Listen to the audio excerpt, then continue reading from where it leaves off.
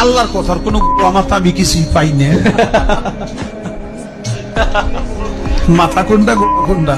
এভাবেই ইসলাম ও আল্লাহর সৃষ্টিকে নিয়ে গানের আসরে ব্যঙ্গাত্মকভাবে কটূক্তি করেন বাউল শিল্পী আবুল সরকার। তার এই বক্তব্য সামাজিক যোগাযোগ মাধ্যমে ছড়িয়ে পড়লে সমালোচনা ও প্রতিবাদের ঝড় ওঠে দেশ জুড়ে। প্রথম সৃষ্টি ইশক, আওয়ালুমা খালাকাল্লাহি মিন নূরি, নূর।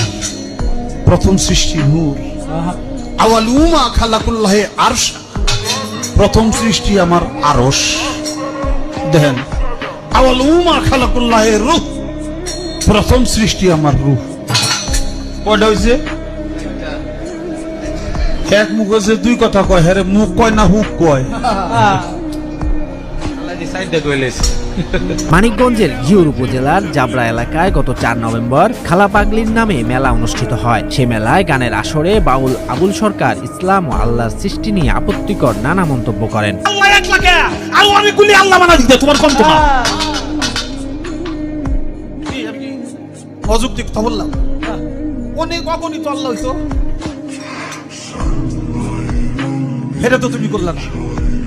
এটা যখন তুমি করো না, তাইলে মনে হয় তোমার কিছু কম পড়ে।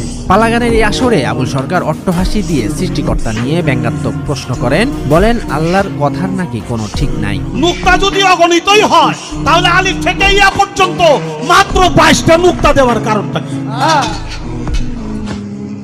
নুক্তা যদি আলিফ অগণিত নুক্তাই হয়, তাহলে আলিফ থেকে ইয়া পর্যন্ত 30টা হরফ। এই হরফের মধ্যে কোনটা একটা, কোনটা দুইটা, সর্বোচ্চ 3টা। এই মোট নুক্তা মিলে মাত্র 22টা। অগণিতের মধ্যে 22টা দিলা, তাহলে তুমি এত কিপটা কেন? পরিবেশনার কিছু অংশের ভিডিও সামাজিক যোগাযোগ মাধ্যমে ছড়িয়ে পড়ে, যেখানে তিনি মহান আল্লাহ তাআলার সৃষ্টি নিয়ে অশালীন কটূক্তি করেন। আল্লাহর কথার কোনো মাথা আমি কিছুই পাই না। মাথা কোনটা কোনটা। আরেকটি অংশে আল্লাহকে ন্যায়ের পাশাপাশি অন্যায়েরও সৃষ্টিকর্তা বলেও গান পরিবেশন করেন তিনি। তাই আমার বাজান তার গানের মধ্যে বলছে, যাতে করে শক্তি সঞ্চয়, পাপ করেছে পাপে। এই পাপের কোনো কাজ, ভালো কাজের কথা বাদ দিলাম, পাপের কোনো কাজ এটাও আল্লাহর ক্ষমতা ছাড়া করতে পারে না। ইসলাম ধর্মে প্রথম মানব আদম আলাইহিসসালামের সৃষ্টি নিয়ে তার নানা ব্যঙ্গাত্মক যুক্তি দিয়ে গান পরিবেশন করেন। ছলনায় আদম বানাইয়া করিয়া জান্নাত, তার ভিতরে বসিয়া লইছো তুমি গন্ধমেরি সাপ। সেই গন্ধ